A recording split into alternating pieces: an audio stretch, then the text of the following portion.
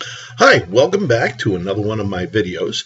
This is going to be taking care of two different issues here. First one, and these are all coming from some of the worksheets that we were doing in class last week. The first one is going to be the solve for X problem. And that one a lot of people had trouble with. So I want to carefully and slowly go through this. And I want to show you that it can be easier than you think. The second one is fairly straightforward. It's the what kind of graph does this look like? And that one is going to be fairly straightforward, but you have to be careful with it. And it involves some techniques that we're going to be using later on. So let's start with the solve for X, and then we'll go on with the graphing problem. Hi, the other day we had this particular worksheet in our class, and these were some of the questions that we had. It said solve the equations for X. And then later on we had described the relationship between X and Y in the following equations and sketch a graph. So that's what we're going to be working on here. So to solve the equations for X, let me minimize that. And let me start with, I'm going to go through and just use the samples that are here. It says y equals m times x squared over 2. And this is actually kind of a tough one. But if you can get this one, every single other one will be easy. So this one was, make sure I'm in the right spot here, y. No, that's not going. Why isn't it? It's there. Y equals m times x squared over 2. Now the first thing we need to realize here is that this is a standard math way of setting this up, and this is the letter y here, and that's a variable. Letter x is also a variable. M is just some number. We don't know what the number is, but it is a specific number. We could replace it with 10 or 30 or 50. We just don't know what it is yet, so we can't replace it just now. Just cleaning this up.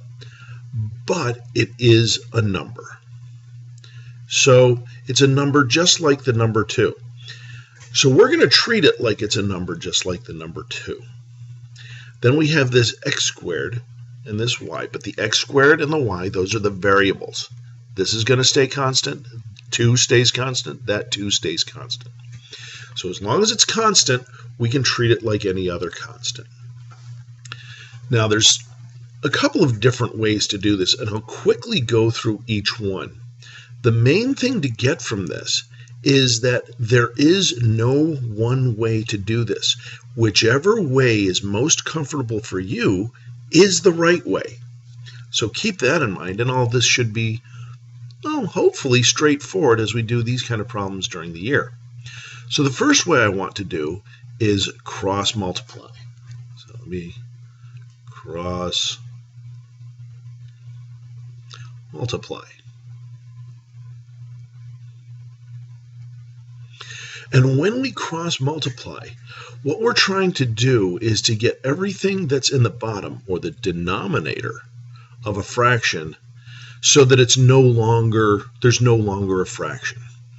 And the way we do this, you might have been shown in math class, is you can take the denominators, and they usually draw an arrow, so that you can put it as you can multiply it by the numerator of the other side of the equation. There's my other arrow. Now over here we just have y, so there's nothing to take over here. Or somebody that's might remember a little bit might say, well, y is the same as y divided by 1, and we take a 1 over here. But that's just confusing it. So let's just say there's nothing here for us to worry about. So I'm going to erase this one and make sure we don't worry about it, we don't let it confuse us. So, but this one stays. The 2 will now be multiplied by y. So this is my first step that I have. And it equals mx squared. Now the next thing we need to remember is that when we're solving for x, that means we want x all by itself. So in this case, I'm going to take anything that's in a numerator over here, like this m, that's just another number, and I'm going to put it in the denominator over here. That's the other way we cross multiply. And this will give me 2y divided by m equals x squared. There is only one thing left that we're doing. We're squaring this. And I've seen so many people forget to do this last step. So if you ever see this squared here, don't forget to get rid of it. Now, don't be silly. We can't get rid of it just by erasing. We don't get the right answer that way. Instead, what we need to do is we need to do it the right way. And this is, well, if I square it, the opposite of squaring is square rooting. So I'm going to take the square root of both sides. And this gets back to the second method that I'm going to go back to with you folks. That's going to be the straight algebra method, where you always make sure you're doing the same thing on both sides of an equation. And as long as you do that, then it always stays as an equation. So now we have this 2y divided by m. All of this is square rooted. And then we have this x, which is just the square root of x squared. Let me just draw this here. If I take the square root of that, I have to take the square root of that. That doesn't change. This I'm left with x. So now I have solved for x. So if at this point I tell you that y is some number and m is a different number, then you can tell me what x is. So let's say y is 2 and m is 1. That would leave me with 2 times 2, which is 4. M is 1. 4 divided by 1 is 4. I can take the square root of that, and that would give me x equals 2. But don't worry about that. I was just giving you that as an example. The reason why you solve for any one variable is because you have numbers for all the other ones that you have. So that's our cross multiply method. Let's try another one. I'm going to clear. Let's clear this. Y equals m x squared over 2. This time we have to use I'm going to use a method that I'm calling the straight algebra method. Well, first of all, I always like getting rid of fractions myself. That's just the way I like to do it. This is like saying m times x squared is being divided by 2. I want to get rid of this 2. So the way to get rid of 2 when it's in the denominator is multiply by 2 in the numerator. Mx squared divided by 2 times 2. This will actually give me 2 divided by 2, which is 1, and m times x squared times 1 will stay m times x squared. But I'm not done yet, because I've only done it on this one side. That's sort of like saying when we start, I have 5 equals 5. Well, I just can't say 5 times 2 and still have that equal to 5. That doesn't work. What we have to do is multiply both sides by 5. Now this will work. They're still equal. So I multiplied this side by 5. I want to multiply this side, I want to multiply this side by 2, this side by 2. So this gives me mx squared equals 2 times y. Well, if we multiplied by a number, I can divide by a number also. I want to get rid of that m, so I'll divide both sides by m. Even though I don't know what it is, I know that it's m. I have to do the same thing on both sides. M divided by m goes away, and then what I'm left with is 2y divided by m. And just like last time, I need to take the square root of all that, because I'm left with x squared, and what I get is the square root 2y over m equals x. Now, one thing I hope you're noticing here, I did a completely different method, and I'm getting the same answer. There's no such thing as the right method. There are many different ways to get there, and whichever way is comfortable for you is the right way for you. Last thing that I want to point out here is that just like this worked out this way in math, the same thing works out in physics. We're going to see lots of different ways to solve a problem, but the right way is the one that works for you. The physics always stays the same. So let me do the last method. And this one a lot of people like. It's called the triangle method. So I'll clear this, and I'm actually going to introduce this with a little simpler one. So I'm going to take my complex one and leave it, and I'm just going to say y equals 5x, and I'll have another one, y equals x divided by 5. These are going to be two different ones here. But the way it works is that we draw a triangle. Yeah, that's a really bad triangle. Let me erase that. I want my triangles to be a little prettier. So, erase this. There we go. And I'm going to put a T inside the triangle. This method only really has us just put things into the triangle. And the way it works is that if you look at this and look at this, all of these things are going to go into the triangle. 5 is multiplied by x, but before you think of it, just look at it this way. Are they next to each other, or is one over the other? To me, it looks like they're next to each other. And if we're going to put them in a triangle, we need to put them in a place where they're next to each other. 5x. There's only one place for the y to go, right here. Now here's where the magic of the triangle works. What you do at this point, we know that x is going to equal something, but what does it equal? So far I don't know, but the thing is, if you're using the triangle, we already know what x is equal to. It's equal to x.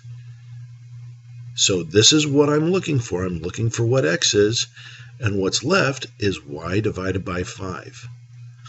Notice how y is over the 5, and so you write it y over the 5.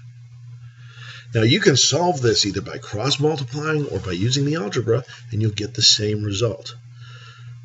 But this time you didn't really have to think of any of the math.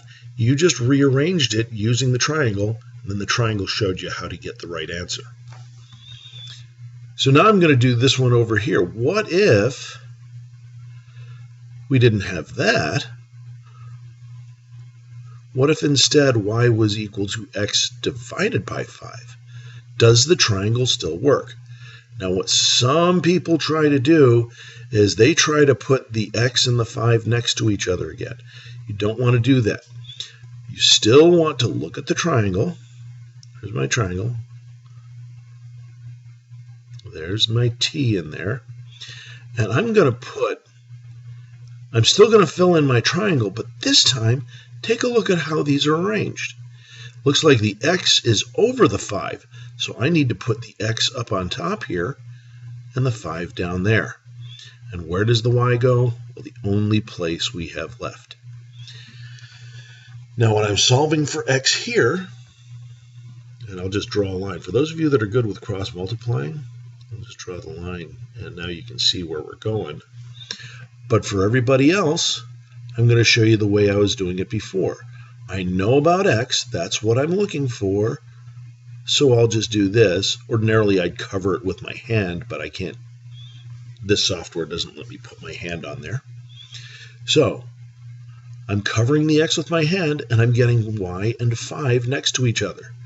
Oh, so here's x, and now I draw y and 5 next to each other. 5 times y. If you're doing this as cross-multiplying, this is in the denominator, I put it up there, and I get the same thing. So I'm gonna let you choose which way you want to do it. But if you are using the triangle method, make sure you're ready to explain this when we do a whiteboard with these kind of things again. Make sure you're ready to explain that this was over that, that's why I put the x over the 5, and then y was all that was left was this box here. And you cover up the x, and that's what gave you this. These two things next to each other. It's very straightforward, and for a lot of people it works great. So that was our quick how to that isn't my quick how to rearrange equations. I promised I'd show you that original one again using this triangle method, because the triangle method looks like it won't work, but actually it will. So let me clear this. Let me call up this again just for a second. It's y equals mx squared divided by 2. I'll minimize this. Y equals mx squared divided by 2. Remember when I was saying that m was just a number and 2 is just a number and there's nothing that's ever going to change that? Well, let's try this. M and 2 were just a number, so I can say m divided by 2 times x squared. I really didn't change this all that much, did I? I'm just recognizing that this number is being multiplied by this number. Now here's where the triangle is going to fit in. So I'm going to try and draw a bigger triangle. There's my triangle. Yep. Still trying to get used to this tablet here. There's my triangle. Let me erase that extra little line. I got this. There's my little T. Well, wait a second. I have this x squared number, this m over 2 number, and they're arranged next to each other.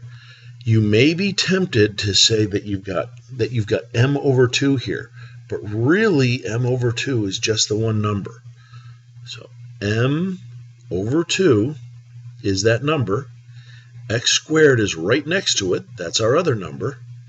And where does y go? In the only place that's left, y. Now that we have our triangle all filled out, what I'm looking for, I know we want to solve for x, but we're going to get close with x squared. What we're looking for is x squared equals, and we can kind of say we're done with that. This time I'll just do that to say that I'm covering it up. And what's left? Y divided by and m over 2. Now you might think this is different than what we got before. We got 2y over m equals x squared, but really this is the same number. If you don't believe me, just throw a couple of different numbers like this into a calculator. Do the m divided by 2 first, then y divide by whatever number you get. And no matter how you arrange it, you're always going to get the same number. So, but I'm going to leave it the way the triangle gave it to us. And I'm going to say I'm going to do the square root on both sides. And you've seen that enough, so I don't think you need to see it again. Put that in parentheses, m over 2. So this is our rearranging equations, solving for a particular number. This is something that's going to happen a lot. You won't all the time be given a formula where all the numbers you get on the right-hand side and the number you're looking for is on the left.